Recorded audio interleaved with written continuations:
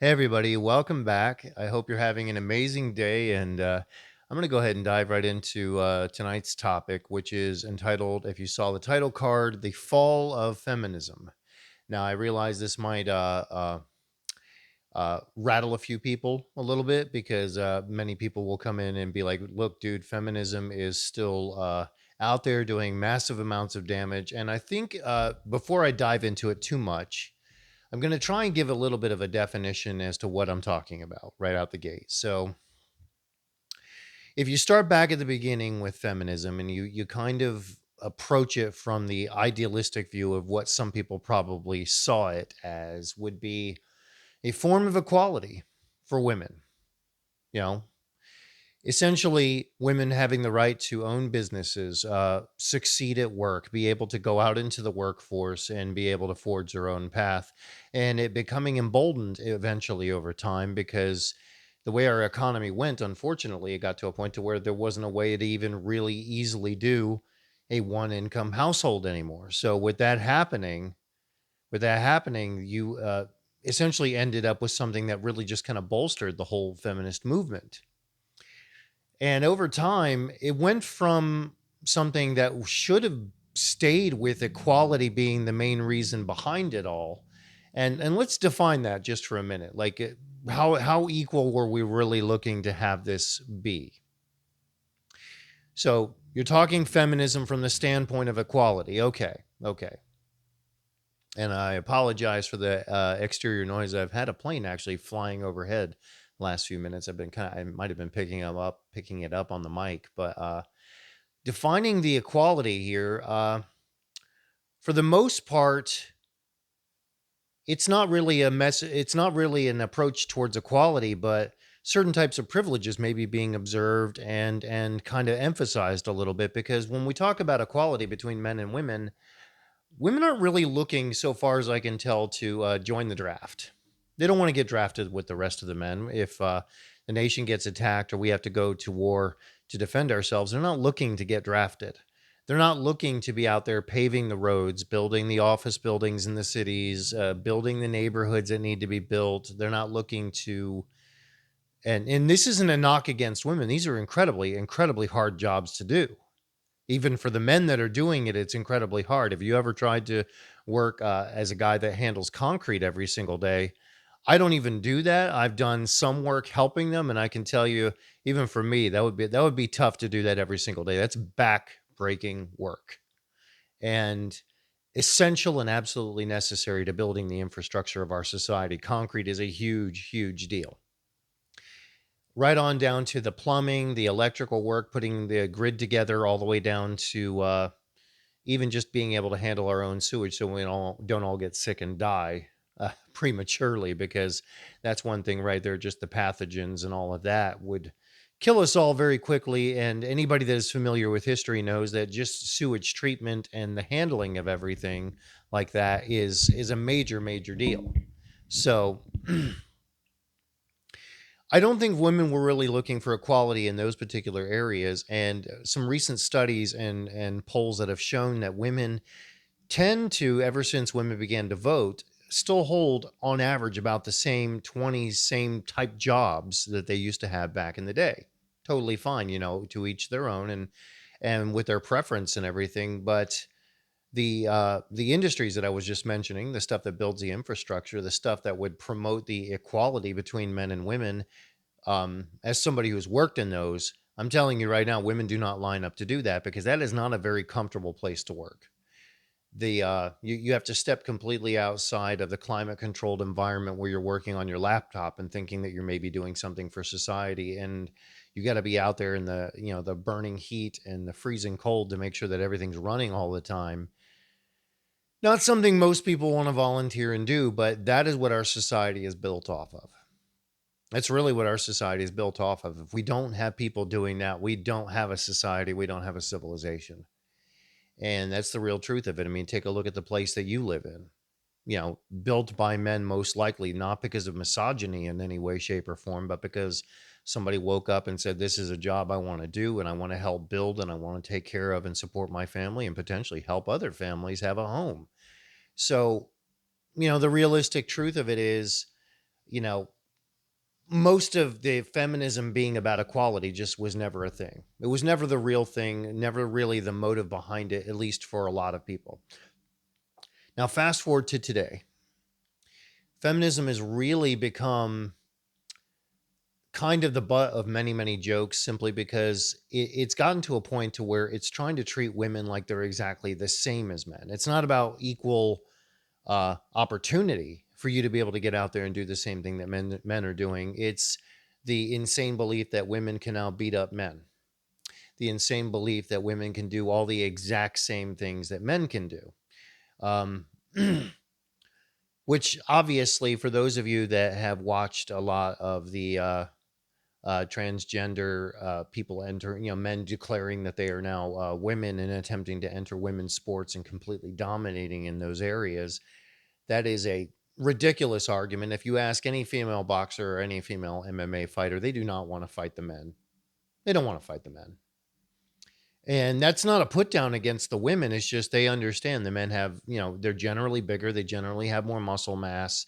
They understand that there's a reason why there's weight classes, and they realize they could get overpowered. And there's nothing wrong with that. Like I'm coming just under about 190, 192, and I'm over 6 foot. I would not want to fight a guy that was 230 pounds. One good hit from them, and I'm going to be in trouble. And I know that. I'm not a fool. That's just reality checking in on me and making sure that I know my place, right? So I would say the larger problem with feminism is just the disconnect from reality. They are just completely delusional at this point, and people can't really get on board with that. It's basically turned it into you're not really seeking to be able to start a business or work a high paying job or become incredibly professional and show us your intellect and show us your skills. It's about, I'm empowered if I take my clothes off and act as promiscuous as I can possibly be. I'm empowered if I abandon everybody in my life, live entirely to myself to the detriment of all else, and chase hedonism like crazy. And then, as I mentioned in one of the other videos that I've done, essentially it's turned marriage, something that used to be something along the lines of a sacred union where people would have a form of trust and connection together that would develop over time. They would build a life together. They would form a home, form a family, have children, have two different people, the husband, the wife, the father and the mother actually, inputting into the children's lives and creating a healthy family unit. It has turned that into something that's much more along the lines of women basically going out and engaging in a game of con artistry where they try to track down a guy who has six figures or more, maybe even in the millions, lots of extra money that they can hunt down and try to lock into a marriage contract. And for the simple reason of, they're not doing it because they, I just want a stable home. No, no, they are doing this because they want to spend as much of that money as they can possibly get away with. And there's many women that have adopted this as basically a strategy that they're going with. So they want to spend as much money as they possibly can from that marriage. And then knowing the system before they even go in, they realize, okay, if I can do this, then I can exit with cash and prizes down the road. And the government is going to subsidize and even, encourage the breakup of the marriage by basically incentivizing it. The government's going to make money off of it. The woman stepping out of it is going to make money off of it. Now she can go out and be as promiscuous as possible. Now realize, I'm not specifically saying all women, but this is something that feminism is basically promoted as a form of empowerment. So it's promoting being dishonest, breaking up connections between men and women so they don't trust each other, basically living as much like a con artist as you can, and the government subsidizing and incentivizing it all along the way, as long as they make some money with it too. They're totally happy with that. And that is unfortunately what feminism has become. And realistically, a lot of people are starting to look at this and say, this is ridiculous. I mean, this is ridiculous to the point of they're pushing ideas that, and stereotypes and ways of thinking that nobody really adheres to, because it's just not based in reality anymore. And the level of just egotistical disconnect that's happening. I mean, that's why we have, stuff like the woke Snow White reboot that absolutely tanked and completely out of touch with reality. Can't read the room at all. Right on down to Katy Perry and the team of women going up on the giant dildo rocket, which is, let's be honest, that's what it looks like. And it's a publicity stunt being run by a man, paid for by a man, and engineers that are men flying the rocket for them. They're basically on a giant carnival ride, coming back down and now calling themselves astronauts and acting super, super offended anytime anybody says, "No, you're not an astronaut. You got trained to put on a safety belt and climb in and out of the vehicle." That's it. And that's entirely dependent on if you believe it actually happened. There's quite a few people out there that have their own conspiracy theories about how that didn't actually take place and it's not even a real thing. And hey, I don't know. I don't know. I mean, I almost wouldn't put it past them at this point. I mean, I've read some of it and I've been like, yeah, I really kind of wonder. But, even if it did, it is 11 minutes of the most ridiculous crap you've ever seen. I mean, you go up and you come floating back down, and now you're trying to insist that you're a astronaut, whereas there are women out there that have actually been on the space station, that have accomplished amazing things, been through incredibly uh, testing conditions, and come back and really, really shown through. And there are women athletes out there that I'm absolutely a fan of, that they've done incredible things. And I've noticed that most of the drive of the feminist movement seems to avoid a lot of these people. I will say, as somebody who works and does contracts with uh, women that are business owners and all sorts of professionals that are women, I don't, none of the people that I know or work with, none of the men that I know or work with, none of us are concerned in any way, shape, or form about who's signing the check. We care about the merit of your character, and if you're going to be somebody that's good to do business with, and that's entirely what we base it on. We do not care about what gender you are or what's in between your legs. That doesn't matter to us, not in the slightest. It's whether or not you're somebody who keeps their word, and that's it.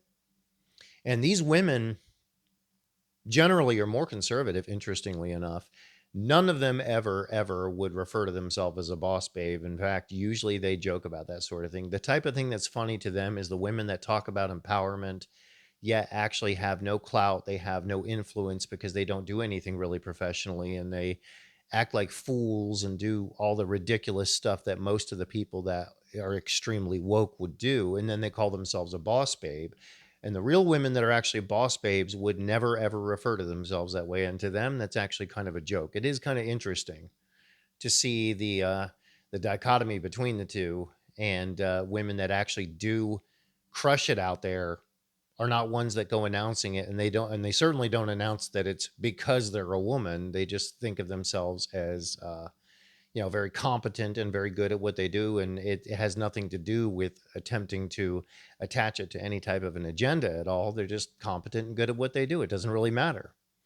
And in all reality, that's probably the most equality you would get when it comes down to it. The most equal we can get is when we get to a point where we're not focused on the race or the gender or anything like that, but we're focused on this being a meritocracy. You are defined by what you do, what you accomplish, what you're able to drive yourself to do, and not whether or not, you know, you define yourself in any type of gender or what ethnic background you come from. That doesn't matter. What does matter is what you do that defines you.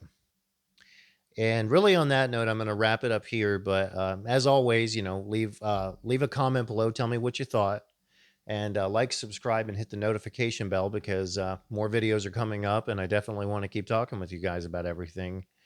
And I look forward to talking to you all again soon. Have a good night.